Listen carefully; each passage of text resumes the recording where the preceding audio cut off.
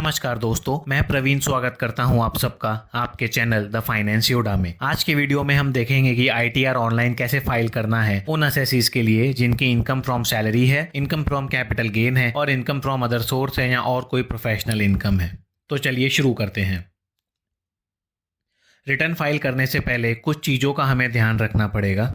आपको अपना 26AS और फॉर्म 16 अच्छे से चेक कर लेना है। उसमें जो भी डिटेल्स हैं वो नोट कर लेनी है। AIS TIS भी चेक करना है और उसमें जो भी डिटेल्स है वो नोट करनी है। लास्टली आपको चेक करना है कि कौन सा रिजीम आपके लिए बेनिफिशियल है, ओल्ड या new.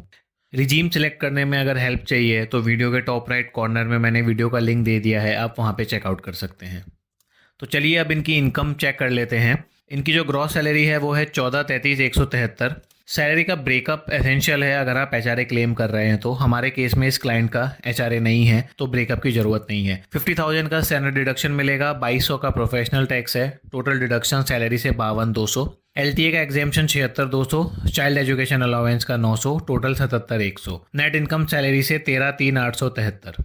Short term capital gain की बात करें तो कंसिडरेशन 77,609 और एक्विजिशन कॉस्ट है 76,713। तो हमारा net short term capital gain है 896 रुपए के आसपास। लॉन्ग टर्म कैपिटल गेन की बात करें तो कंसिडरेशन है 21,175, एक्विजिशन कॉस्ट है 21,192। तो एक्चुअली 17.5 रुपए का लॉस हो रहा है। इसके अलावा क्लाइंट की बैंक इंटरेस्ट की इनकम है, डिविडेंड की इनकम है और कुछ प्रोफेशनल फ़ी की इनकम है।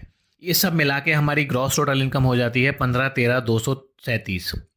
डिडक्शंस की बात करें तो ATC में क्लाइंट का काफ़ी इन्वेस्टमेंट है, बस 1.5 लाख ही मिलेगा। ATCCD 1B में 50,000, ATD में खुद का 21 और पेरेंट्स का 25,000, ATGGC में 2 लाख और ATTTA में 10,000।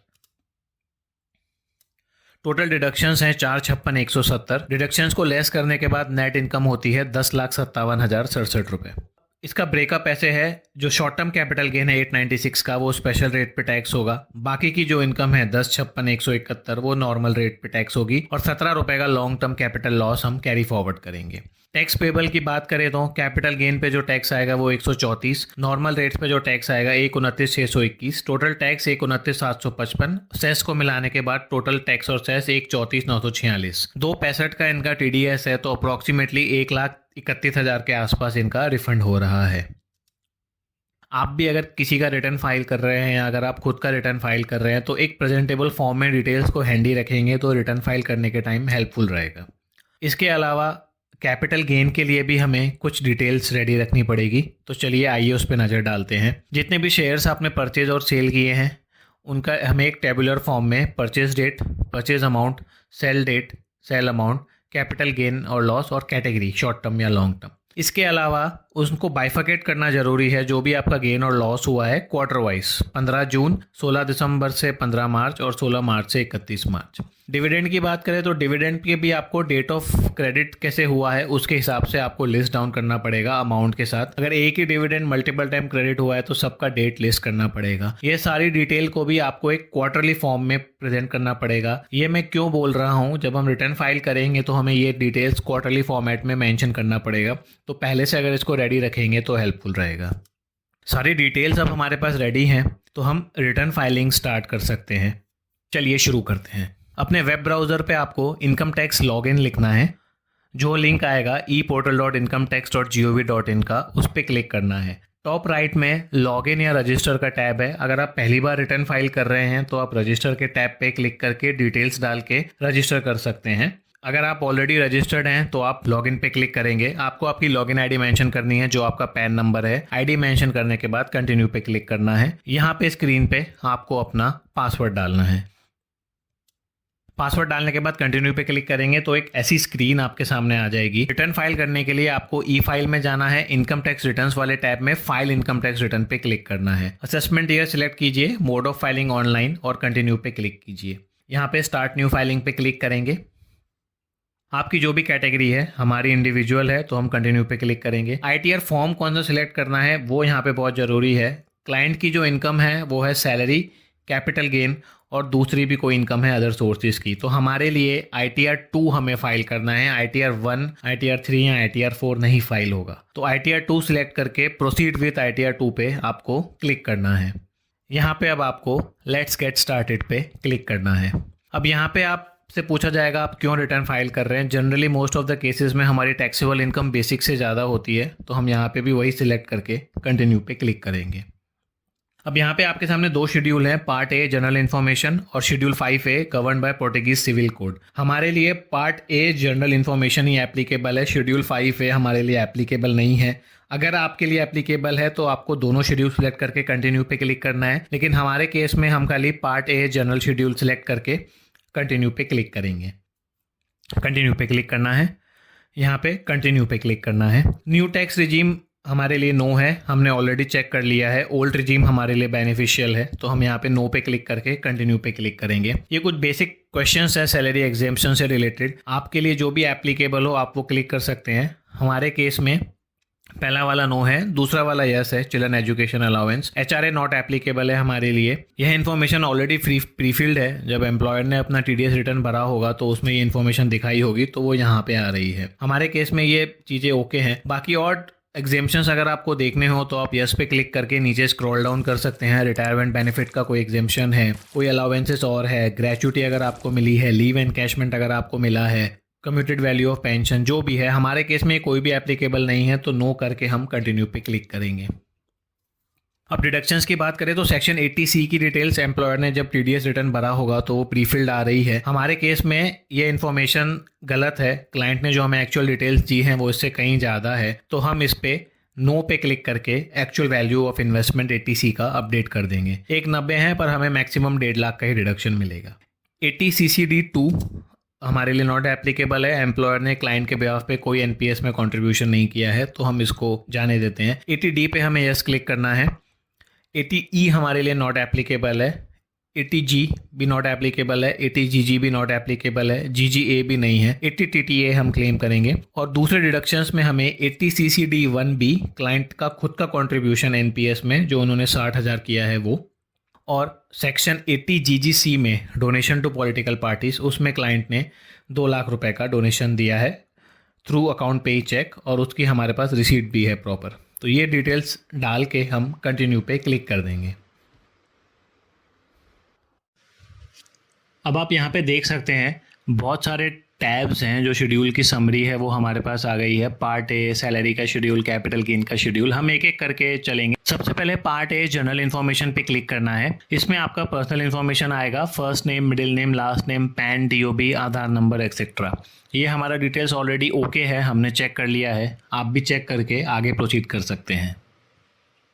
आप नीचे स्क्रॉल करेंगे तो आपका कॉन्टैक्ट डिटेल्स आएगा, जिसमें आपका address, mobile number, email address और सेकेंडरी मोबाइल नंबर और ईमेल एड्रेस आएगा। हमारे केस में ये डिटेल्स भी हमने चेक कर ली हैं, तो ओके है। तो अब जो नेक्स्ट टैब है फाइलिंग स्टेटस का, हम वो टैब ओपन करेंगे। हमारा 139(1) के अंदर जा रहा है रिटर्न ऑन और before due date. New regime हम नहीं ऑप्ट कर रहे हैं। ये जो नीचे ऑप्शंस है ये हमारे केस में नो है। आपके केस में अगर कोई अप्रोप्रिएट ऑप्शन एप्लीकेबल हो रहा है तो आप यस कर सकते हैं। रेसिडेंशियल स्टेटस रेसिडेंट है। हमारा क्लाइंट जो है वो 182 दिन से ज़्यादा इंडिया में था प्रीवियस ईयर में। 115H हम नहीं क्लेम कर रहे हैं। पोर्टुगीज सिविल कोड भी नहीं। हम FII और FPI भी नहीं है। रिप्रेजेंटेटिव असेसी भी रिटर्न फाइल नहीं कर रहा है। क्लाइंट कोई भी डायरेक्टर नहीं है किसी कंपनी में और अनलिस्टेड शेयर भी नहीं है। ये सब डिटेल्स ओके करके हम बैंक डिटेल्स चेक करेंगे। बैंक डिटेल्स वैलिडेटेड होनी चाहिए, वही अकाउंट आपको नॉमिनेट करना है। अगर आपको दूसरा बैंक अकाउंट ऐड करना है तो ऐड अनदर पे आप कर सकते हैं। बाकी डिटेल्स ओके हैं तो हम कंफर्म पे क्लिक करेंगे। पार्ट ए कंफर्म्ड हो चुका है। अब हम शेड्यूल सैलरी फिल करेंगे, उस पर क्लिक करना है। अब यहाँ पे आप देख सकते हैं सबसे पहला टैब आपका एम्प्लॉयर का आएगा। अगर आपके मल्टीपल एम्प्लॉयर है तो मल्टीपल एम्प्लॉयर होगा। क्लाइंट के केस में एक ही एम्प्लॉयर था। एम्प्लॉयर का नाम, उनका टैन, उनका एड्रेस और कितना सैलरी उन्होंने रिपोर्ट किया है वो प्रीफिल्ड आ रहा है। ये नंबर ओके है तो गुड टू गो है। अगर आपको एडिट करना है तो आप एडिट कर सकते हैं। आप एडिट पे क्लिक करेंगे, इस तरह का टैब आएगा। Name of the employer, tan, उनका एड्रेस। स्क्रॉल डाउन करेंगे हम, सैलरी का डिटेल हम देख सकते हैं। यहाँ पे अगर आपको वैल्यू कुछ और डिफरेंट लिखनी है तो आप यहाँ पे मेंशन करके वैल्यू चेंज कर सकते हैं। हमारे केस में ये वैल्यू ओके है तो हम नीचे स्क्रॉल डाउन करेंगे। कुछ पर्क्स अगर आपको मिले हैं क्लाइंट, हमारे क्लाइंट के केस में तो एप्लीकेबल नहीं है बट हैं, तो आप वो मेंशन कर सकते हैं। रिटायरमेंट बेनिफिट से हमारी कोई इनकम नहीं है। 89A हमें नॉट एप्लीकेबल है। ये सब हमारा गुड टू गो है तो हम नीचे कन्फर्म पे क्लिक कर देंगे।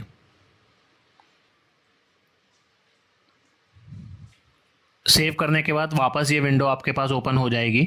आप एक बार वापस चेक कर सकते हैं। एंड हम नीचे स्क्रॉल करेंगे, यहाँ पे देखिए जो LTA हमारा एग्जाम था वो रिफ्लेक्ट हो रहा है। रिलीफ 89A में हमारा कुछ भी नहीं है, हमारे स्टैंडर्ड डिडक्शंस यहाँ हो गए हैं। ये सब ओके करके सेव पे क्लिक कर देना है।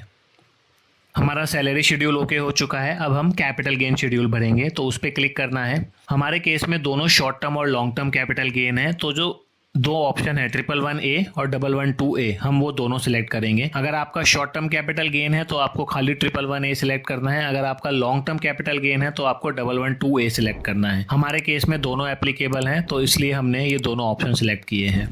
हमें शेड्यूल 112A भरना पड़ेगा, जो हम आगे देखेंगे कैसे भरना है। ये दोनों टैब को सिलेक्ट करके हम कन्फर्म पे क्लिक करेंगे। कंटिन्यू पे क्लिक करना है। अब आप देखेंगे शेड्यूल ओपन हो गया है कैपिटल गेन्स का। तो सबसे पहले शॉर्ट टर्म कैपिटल गेन भर देते हैं, जो सबसे पहला टैब है इक्विटी शेयर और unit of business trust in which STT is paid under section 111A।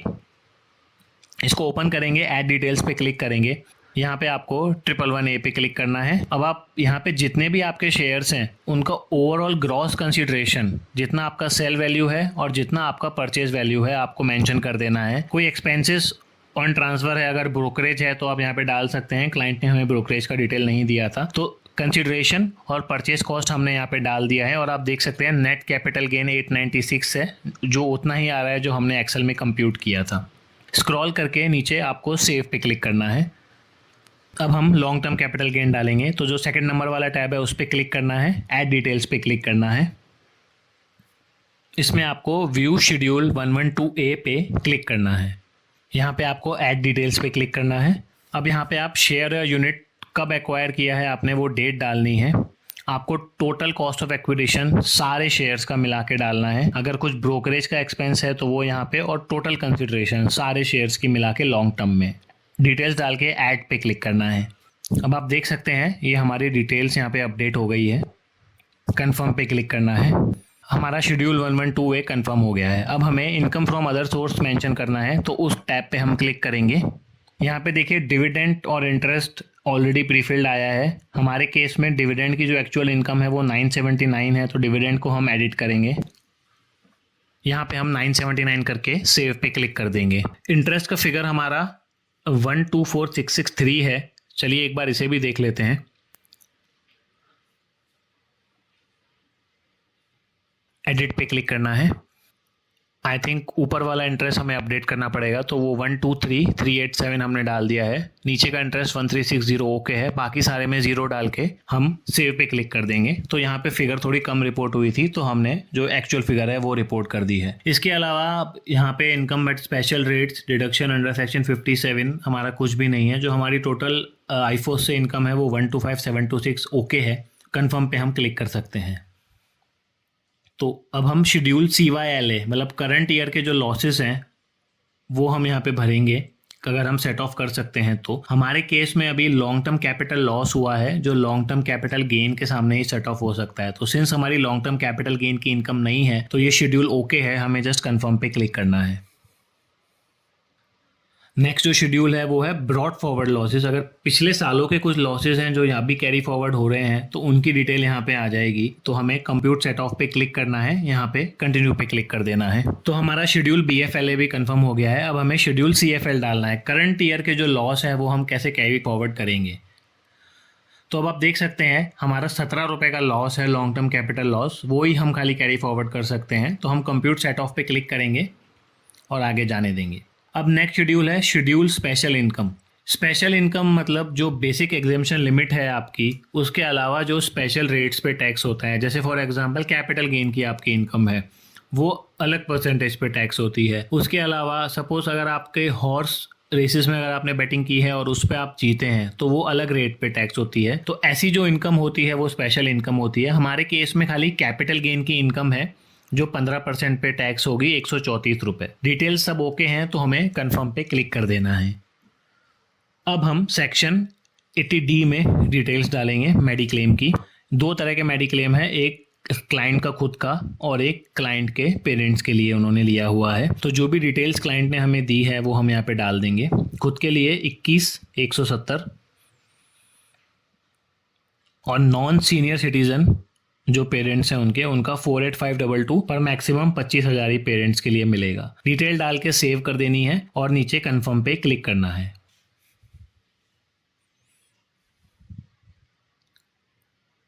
हमारा शेड्यूल एटीडी ओके है। अब हम शेड्यूल 6A पे क्लिक करेंगे, बाकी के डिडक्शंस हमें डालने हैं। आप देख सकते हैं एटीसी ऑलरेडी हमने जो डाला था 1.5 हमें मिल रहा है, एटीडी भी आ गया है, एटीसीसीडी 1B और एटीजीजीसी भी आ गया है। इसके अलावा एक डिडक्शन और मिसिंग है दोस्तों, क्या आप गैस कर सकते हैं?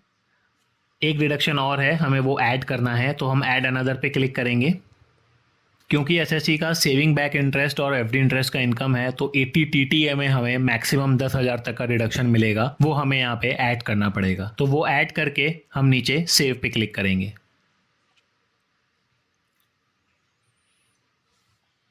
सेव पे क्लिक करने के बाद हमारे टोटल डिडक्शंस हो गए हैं 4,56,000, वो ओके करके हम कंफर्म पे क्लिक कर देंगे। अब शेड्यूल एएमटी है। एएमटी दोस्तों ऑल्टरनेट मिनिमम टैक्स है, थोड़ा कॉम्प्लिकेटेड है, इस पे एक सेपरेट वीडियो में बना दूंगा, बट अभी हमारे केस में ये शेड्यूल ओके है, हमें इसमें कुछ एडजस्टमेंट नहीं करना है, तो हम कंफर्म पे क्लिक करके आगे बढ़ेंगे।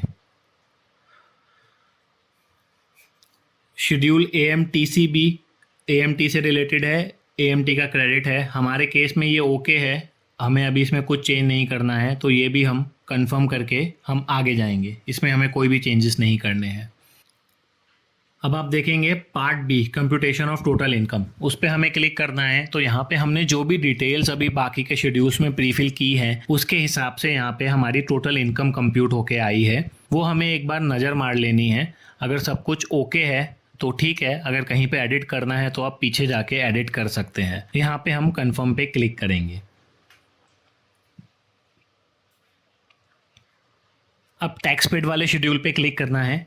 क्लिक करते ही आपके सामने ये विंडो ओपन होगी। जिन्होंने भी आपका टीडीएस काटा है सैलरी से और दूसरे इनकम पे, उनका डिटेल्स आ जाएगा। डिटेल्स आपको एक बार चेक कर लेनी है, अगर इसमें कुछ मिसिंग है, आपके 26AS से डिफरेंट है, तो आपको अकॉर्डिंगली चेंज कर देना है। हमारा ओके है, हम कंफर्म पे क्लिक करेंगे। इसमें अब हमारी एक इनकम डालना रह गई है, जो इनकम हमारे टैक्स पेड वाले शेड्यूल में रिफ्लेक्ट हो रही थी 8274, जिस पे 10% टीडीएस कटा है। तो हमारी प्रोफेशनल इनकम डालना रह गई है, तो हम इनकम फ्रॉम अदर सोर्सेज वाले टैब में नीचे स्क्रॉल करेंगे।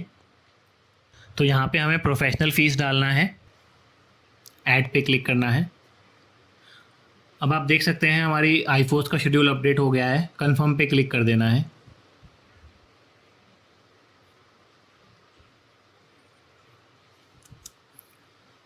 हमारे सारे शेड्यूल्स हो गए हैं, एक शेड्यूल रहता है computation of tax on total income, तो उस पर क्लिक करेंगे तो अब ये हमें टैक्स ऑन टोटल इनकम दिखाएगा। अब आप देख सकते हैं हमारी ग्रॉस टैक्स लायबिलिटी 134,945 थी, जो लगभग सेम है जो हमने एक्सेल शीट में कंप्यूट किया था, और रिफंड आ रहा है 130,960 का, जबकि हमारा एक्सेल शीट में जो रिफंड आ रहा था वो था 130,954 का। तो मतलब हमने जो कंप्यूटेशन किया था एक्सेल में वो एकदम ओके था। तो चलिए आगे बढ़ते हैं। अब आपको प्रीव्यू रिटर्न पे क्लिक करना है।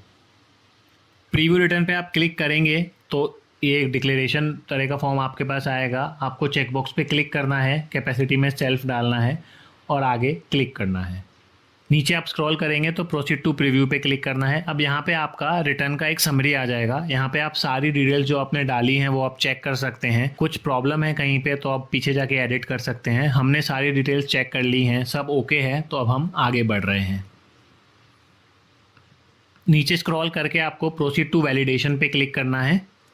अब देखिए हमारा रिटर्न वैलिडेट हो रहा है और 12 एरर्स आए हैं। सबसे पहला एरर है कि हमने एक इनकम में करस्पॉन्डिंग हेड नहीं सिलेक्ट किया है। 4-5 एरर आए हैं, डिविडेंड का हमने बाइफिकेशन नहीं किया है।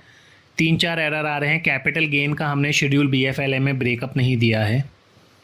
और अगर हम नीचे स्क्रॉल करेंगे तो रेजिडेंशियल और या ऑफिस फ़ोन नंबर हमने मेंशन नहीं किया है। तो अब ये एरर्स हमें रिजॉल्व कैसे करने हैं, इसमें कोई टेंशन की बात नहीं है। जिस भी एरर पे आपको जाना है आप उस पर क्लिक कीजिए, वो आपको करस्पॉन्डिंग जगह पे ले जाएगा। तो हमारा जहाँ पे हेड मेंशन नहीं था, हम उस वाले टैब में आ गए हैं। देख सकते हैं जो हमने प्रोफेशनल इनकम डाली थी उसका हेड ऑफ इनकम नहीं है, तो यहाँ पे हम इसको इनकम फ्रॉम अदर सोर्स में डाल के सेव पे क्लिक कर देंगे। सेव पे क्लिक करने के बाद आप कंफर्म पे क्लिक करेंगे तो हमारा शेड्यूल ये वापस से अपडेट हो जाएगा।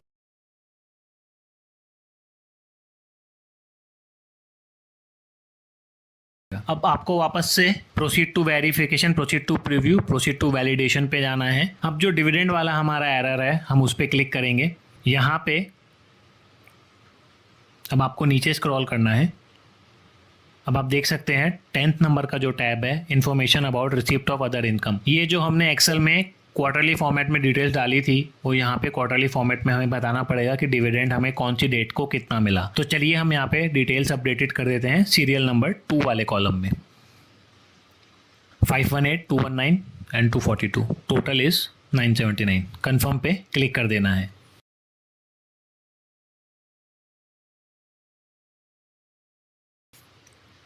अब हम वापस से एक बार चेक करेंगे। प्रोसीड टू वेरिफिकेशन पे हमें क्लिक करना है, proceed to preview, proceed to validation. अब आप देख सकते हैं हमारे 6 एरर हो गए हैं। अब हमें कैपिटल गेन वाले टैब पे क्लिक करना है। कैपिटल गेन वाले टैब में हमें नीचे स्क्रॉल करना है। इस तरह का टेबल आपके सामने आ जाएगा।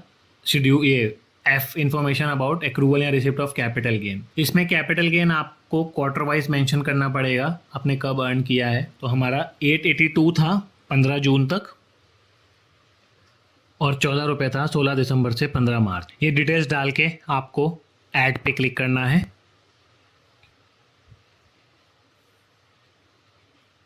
आप देख सकते हैं डिटेल्स हमारी अपडेट हो चुकी है। Total short term capital gain 896 बाहर आ रहा है, जो 15% पे टैक्स लगेगा।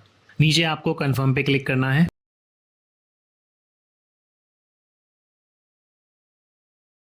अब हमें फिर से वही स्टेप करना है, proceed to verification, proceed to preview, proceed to validation. अब आप देख सकते हैं महज एक एरर रह गया है, तो चलिए इसे भी अपडेट कर देते हैं। यहाँ पे आपको अपना रेजिडेंशियल फ़ोन नंबर डालना है।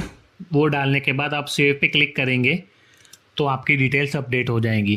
डिटेल्स अपडेट करने के बाद हमें वापस वही प्रोसेस रिपीट करना है, proceed to verification, proceed to preview, proceed to validation. अब आप देख सकते हैं वैलिडेशन एरर नहीं आ रहे हैं। आप प्रोसीड टू वेरिफिकेशन पे क्लिक करेंगे तो एक एरर और आएगा। ये बहुत ही इंपॉर्टेंट चीज़ है दोस्तों, ध्यान से समझिएगा। जो हमने LTA का एग्जाम्पशन लिया है, ये उसका एरर बता रहा है। ये बहुत ही कॉमन एरर है, तो मैं आपको बताता हूँ इसे रेक्टिफाई कैसे करना है। काफ़ी लोग इसमें गलती कर देते हैं। तो सबसे पहले हमने जो LTA का अलाउंस डाला था, आपको ध्यान हो 76,200, ये उसके रिगार्डिंग है। तो हमें इस पर क्लिक करना है।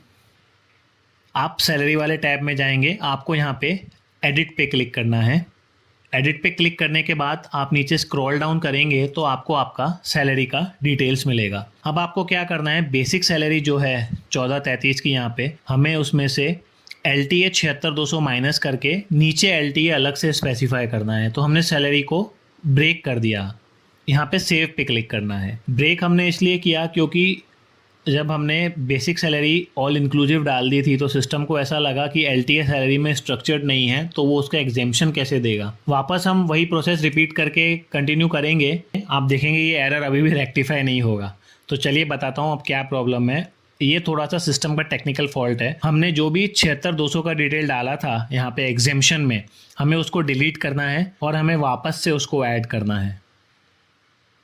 ये हम इसको ऐड कर देंगे वापस से LTA अलाउंस। ये ऐड करने के बाद अगर आप वापस चेक करेंगे तो वापस एरर आएगा। तो अब आपको आगे जाने की ज़रूरत नहीं है। जब आपने ये डिलीट करके वापस से ऐड कर दिया है, आपको सारे शेड्यूल्स देखने हैं, ओके है। आपको टॉप राइट कॉर्नर पे क्लिक करना है। आपको सिस्टम से लॉग आउट होना पड़ेगा। सिस्टम से लॉग आउट होने के बाद आप वापस लॉग इन करेंगे। ई फाइल इनकम टैक्स रिटर्न और फाइल इनकम टैक्स पे क्लिक करेंगे। अपना assessment year, mode of filing करके कंटिन्यू करेंगे तो आपका जो रिटर्न था वो आ जाएगा। आपको रिज्यूम फाइलिंग पे क्लिक करना है। रिज्यूम फाइलिंग पे अब आप क्लिक करेंगे, कंटिन्यू पे क्लिक करना है। यहाँ पे भी कंटिन्यू पे क्लिक करना है। ये क्वेश्चंस पे कंटिन्यू पे क्लिक करना है। आपको वापस कंटिन्यू पे क्लिक करना है। ये सारी डिटेल्स ओके है। हम आगे बढ़ते हैं। कंटिन्यू पे क्लिक करना है। हम वापस अब शेड्यूल्स वाले पेज पे आ गए हैं। हमारे सारे शेड्यूल्स ओके हैं। अब आपको नीचे जाना है, वापस से verification, validation, proceed to verification. अब आप देख सकते हैं we are good to go. अब आप रिटर्न E-वेरीफाई नाउ कर सकते हैं आधार बेस्ड OTP से। वेरीफाई वाया ITR 5 प्रिंट लेके CPC बेंगलुरु भेज सकते हैं या E-वेरीफाई लेटर कर सकते हैं। हम अभी E-वेरीफाई लेटर कर रहे हैं क्योंकि OTP के लिए क्लाइंट अवेलेबल नहीं है। ये ऑप्शन से अगर आप रिटर्न सबमिट करेंगे तो आपको 30 दिन के अंदर इसको ऑनलाइन वेरीफाई करना पड़ेगा या आपको CPC बेंगलुरु भेजना पड़ेगा। तो हम E-वेरीफाई लेटर पे क्लिक करके सबमिट पे क्लिक करते हैं। अब आप देखेंगे कंटिन्यू पे क्लिक करना है और हमारा रिटर्न फाइल हो गया है। वीडियो को देखने के लिए धन्यवाद दोस्तों। उम्मीद करता हूँ ये वीडियो आपके लिए हेल्पफुल रहेगा। वीडियो को प्लीज़ लाइक और शेयर कीजिए और ऐसा ही कंटेंट देखने के लिए हमारे चैनल द फाइनेंस योड़ा को सब्सक्राइब कीजिए। आने वाले वीडियोस में हम बाकी के ITR 3, ITR 4 और ITR 5 कैसे फाइल करना है उस पर भी वीडियोस डालने वाले हैं। तो प्लीज़ चैनल के साथ जुड़े रहिए। आपके सपोर्ट के लिए धन्यवाद।